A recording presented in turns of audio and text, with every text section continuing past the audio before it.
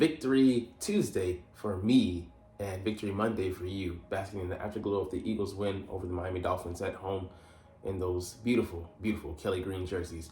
But we're going to look into the snap count analysis as well as an interesting trade that we just freaking made. Howie, man, shout outs to you, as well as a little bit more. What's up, it's your boy Cintron, coming back at you with another analysis video, and I kid you not, that's my real name.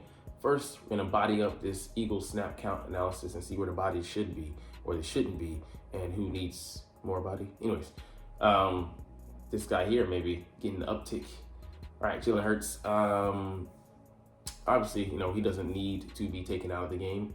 But that being said, he did have a brace on after halftime, so hopefully his lower body isn't damaged. He's just, a little nicked up. Sorry, excuse me. But yeah, he made clutch plays. He did. That being said, you want to see him take better care of his body. 11 carries for 21 yards. We got to find a better alternative. Activate Rashad Penny for freaking sake. I don't want to say that, but yeah, I don't understand why we're not using him. He could be better than him. Saving him for latter half of the year, I don't know, but something's got to change because I don't want this guy taking too much punishment. But QB1, he did play pretty well. I'd say the only difference between the Jets game and this game is we won. He had a pretty outstanding game through most of the game. The weird interception that he can't throw there. The guy jumping in his face. Of course, he didn't think that he'd be able to maybe pick it. Or not pick it, tip it, and then it gets picked. But that and the sack that he should have eaten, or scramble more responsibly, putting two hands on the ball. Other than that, I don't really have a problem. Of course, there's a few throws that we would love to have back. 23 of 31 though, top-notch day from Jalen. Running back, I don't have any problem with the amount of carries we gave Swift. 15, we had for 62. Yeah, I like that balance. Gainwell, 8 carries. You got to give it to somebody. I'd rather be Rashad Penny, but Gainwell's a guy we trust, so that's why he's in there. And Boston Scott, I think he got it. Might have gotten a couple snaps, but he gave us quality on special teams. It wasn't maybe highlighted, but he made a tackle as well. So he's utility back for us. And that 38-yard return on kickoff gave us a very short field, led to that Dallas Goedert screen play touchdown. So all the guys chipping in on this one, better in all phases, special teams, defense, and offense. A good team win. All right, wide receiver snaps. Smitty got lower in the catches with 4 for 49. But, this was Dallas Goedert's week to get highlighted as well. He had 5 targets, 5 catches for 77 yards and a TD. And, it just works out. And, somebody's going to lose, with those 3 each and every week. And then we have Julio Jones in the equation, just to be a credible threat out there. He could, replace Devontae's numbers, for a given week. And then someone's, going to be starting a little bit. But AJ's going to eat, man. He's got 10 for $137 and a TD. We're getting high-quality snaps out of him. Olamide Zaccheaus, I think he's good at, the slot receiver. I don't see where Quez fits in when he's eligible to come back, I think in, 3 weeks or so. Man, his speed element is, for me, overrated. Olamide runs a 4.4, he runs a 4.3. What's not too much of a difference in how we use him in the offense, but he could be a threat that we just tease, taunt the defense with every now and then. But I like this set of receivers we have, and Devontae, AJ, Olamide, and Julio. It's gonna be hard to break into that rotation, so we'll see how things shake out moving forward. But I already talked about Dallas Goedert, but he's got to be one of the top 3. Those 3 guys make our offense go. Yeah, Dallas, man, beautiful. Jack Saw, I think I don't know if he came in around the edge on a leading a block for Swift, sorry. But yeah, it was a beautiful play. He does his job beautifully. I don't know just Grant Calcaterra in there too much, but when he's in there, I feel like he's more of a decoy. But it works, and he's not going to be highly targeted. If we could get a second tight end that could being a mold of a Darnell Washington block and be a receiving threat, a dual threat, then this offense can take another step. But I think that might be another step for next year. Offensive line, those guys played. They played pretty well. I'm much better than last week. But the running lanes, we weren't able to get some push up there. But Lane's still dealing with that injury. He gave up a sack for the first time in 3 years, and I attribute that to his ankle. But he's not going to let that be something that he's going to use that as an excuse. And Suopeta, he's been adequate. We've been able to hide him in games where we have Lane and Jason, but with Lane being a little bit compromised, we're seeing that it is next man up, but it really those parts that we have and him being sandwiched in between two, what is to believe Hall of Famers makes a huge difference, all the difference. Man, Sweat, super active, getting sacks. Receivers, quarterbacks, didn't matter. Hassan Reddick, man, him being highlighted in the rush game here, setting the edge made all the difference in us being able to stop that Dolphins attack. Brandon Graham, giving us, the snaps as usual.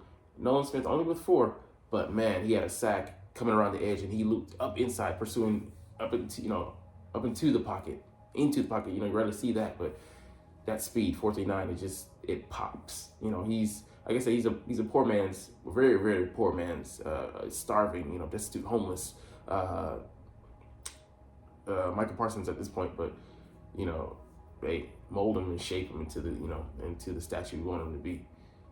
But Derek Barnett, nothing really missing. He's just there because can be depended on to not screw things up. Interior, I saw Fletcher, flash. Jordan Davis definitely, run stopping. Milton flash as well. Jalen Carter, his, limited amount of snaps, but man, he was pushing. Didn't really notice these two guys, but they're consistent when they're out there. So you like to have that rotation out there. So hopefully these guys get a little bit more healthy. Milton with that ankle and Fletcher with his back and other, injuries, rib.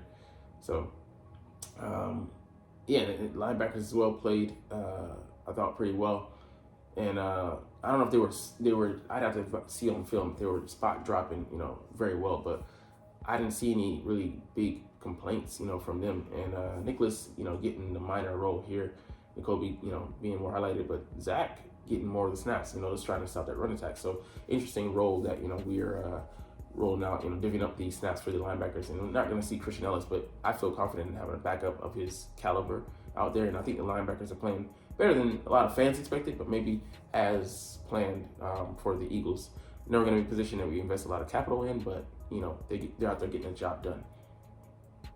And cornerback and safety, man, they held up way better than we thought. Having two starting safeties out, Terrell Edmonds and Sidney Brown being the starters, I didn't really see holes in the game. I didn't see us getting beat over the top, and he played solidly. I think he's going to be supplanted, obviously, with this trade coming in, but Darius Slade, he gave up his fair share of catches, especially that 40-yarder to Wilson, Cedric Wilson, but he more than made up for it with that pick, in my opinion. Big play Slade was back on this day, and James Bradbury was solid. He did the best he could sticking with Tyreek Hill when he was up against him. Only thing I could say, Jam, he's afraid to whiff, but he whiffed anyway because he's just so shifty and fast. He has the quicks as well as the speed. So he's able to catch a touchdown. I think that was on James Bradbury, a 27-yarder. But, Josiah Scott, he didn't look too out of place for being gone and then coming back. But, he had some, typical Josiah Scott, buffoonery, slipping and, being there to make tackle, but then slipping when the guy came. Pause. I was like, man, come on, Josiah, get it together. But, he's a super replacement level guy, so I'm like, what am I expecting? Gardner didn't notice him out there, but this guy here, Eli Ricks, the confidence that he plays with, man, you would never think that he's an undrafted player. Typical of the Alabama corners, Nick Saban's guys, well coached and ready, to heed the call when their number is called. And, he was going up against Tyreek, in limited snaps. He had some fools out there saying that, he replaced his snaps with, James Bradbury or Darius Slade because they were getting cooked. You want this rookie out there against Tyreek in that position? No, you morons. Yes, he played well, but that was a limited sample size. at the end of the game, we know what they're gonna do. So he's playing, with a loaded deck.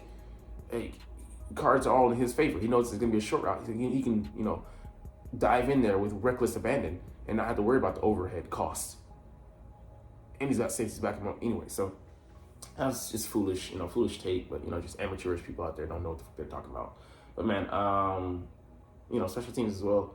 Like I said, Boston Scott, but our kick and return punt game. I think we had like a 57-yarder from Braden Mann. He's maybe rounding into form, hopefully, giving us something better than Sipos. I hope. We'll see.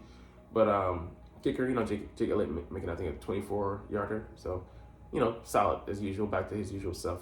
So now let's get to what you all been waiting for if you're still here. But you're not here. You're not watching, so it's all good. The Eagles acquiring safety Kevin Byard via trade with the Titans, man. Beautiful, beautiful work here by Howie, addressing the need. Sitting off Terrell Evans, I'm sad to see him go because I wanted him to get a ring, but, he hasn't been what we thought he would be. Former first-round pick, but traded him in a 5th and a 6th in next year's draft to Tennessee. Like, how did we get such a good trade again? We're fleecing the Titans again. Like, a new GM, and he didn't learn from the last one. I don't know what to tell you, man. First, A.J. Brown, which we were welcome to take for a 1st and a 3rd, and then this guy, for pennies on the dollar. Hey, I'll take it each and every time. As I just said, repeating myself, but hey, I'm just excited, man. Former All-Pro. He's picked off, 27 passes, the second behind Xavier Howard, who's picked off 29. Yeah, just a dynamic guy. And we seem to love teammates. Well, they didn't play together, but another Middle Tennessee State star and safety, because we have Reed Blankenship, who, from there. We just drafted, a year and a half ago, basically. 2nd-year starter. And this guy, Kevin Byard, they're years apart, but of course, I'm guessing they know of each other. And just that camaraderie you have. He's also from Philly. He played with Julio and another guy, on our roster. But yeah, we have that good chemistry outside and inside of the stadium on our squad, and it's maybe paying dividends in the way the closeness the guys have, and like the way they fight for each other, and beyond that, they just really have each other's back. But yeah, man, a great trade. And I think, he supplants C.D. Brown. Is going to go back to the bench, but what a depth player to have. He looked ready this past Sunday, but, limited sample size. And Reed Blankenship. And then Justin Evans comes back, having a safety of his caliber. Can't depend on him, but, he was competent when he was out there. So you would like that Quattro Act safety. So big upgrade there by Howie, and just, willing and dealing. He's 30 years old. We only have to pay him $4 million, and then Titans have already paid some of that.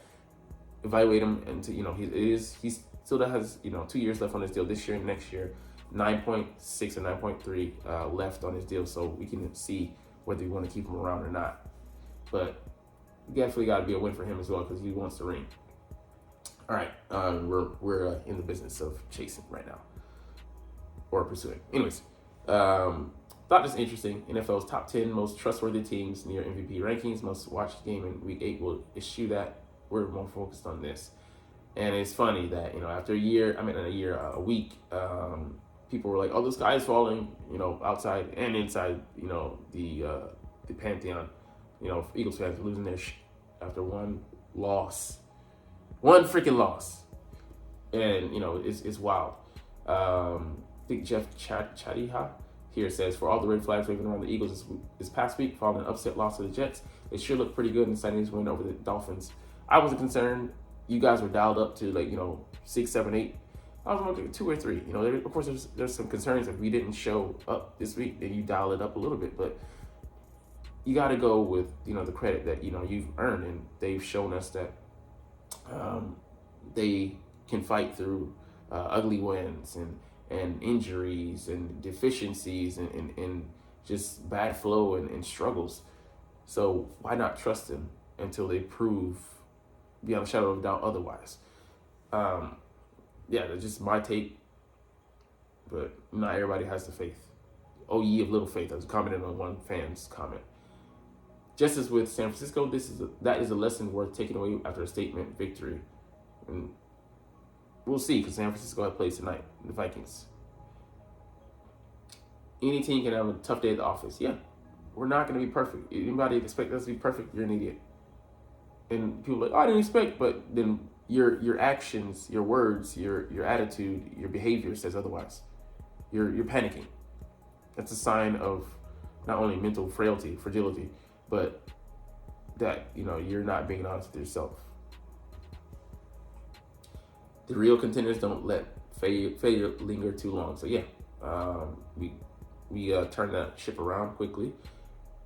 Jalen Hurts might not be as impressive as he was in 2022, but he's still plenty capable of getting the job done. Yeah, so he went through some struggles. He threw that pick six, and right back after that, marched down the field to put points on the board, unfazed. That offensive line has taken some hits, but it's still arguably the best in the business. Yeah, you can't argue that. What was encouraging after the win over Miami was the way Philadelphia played defensively, despite being plagued by injuries and inconsistency in the secondary. People were so worried. I think I was so encouraged by what we saw with the Jets. I was like, okay, play with the same fervor, we'll be able to overcome the injuries, and we were able to do so because the game plan. Sean Desai just masterful. I can't wait to break that down on film later this week. The Eagles contained the Dolphins' vaunted passing attack. Hey, I didn't even expect them to do that well against it. I thought we'd have a chance. We punched that ticket on that promise, allowing Philly to log a 6 win and 7 tries. That says something about the way this team is built. Definitely. However, Roseman already gave him his flowers a little bit earlier, but yeah, man, salute. The Eagles simply are not going to let the flaws morph into bigger problems. And yeah, I think we're addressing things as they come, as they pop up, and the accountability on this team. Like Nick Sirianni said, he didn't have to say a thing after the loss against the Jets because the leads on the team stepped up and spoke up and said, hey, let's handle this right now. But anyways, we're going to get up out of here on that note, but a little bit shorter video for me, but you're not even watching. You're not even here, though, but I love talking about the Eagles and love making these videos. So let's get up out of here. But before I jump the deuces, as always, it's fly, Eagles, fly, and let's motherfucking go. Like, comment, share, and subscribe Thanks for watching. Check me out at Cintron Anime, Cintron Life, or Cintron Laughs, or other social media.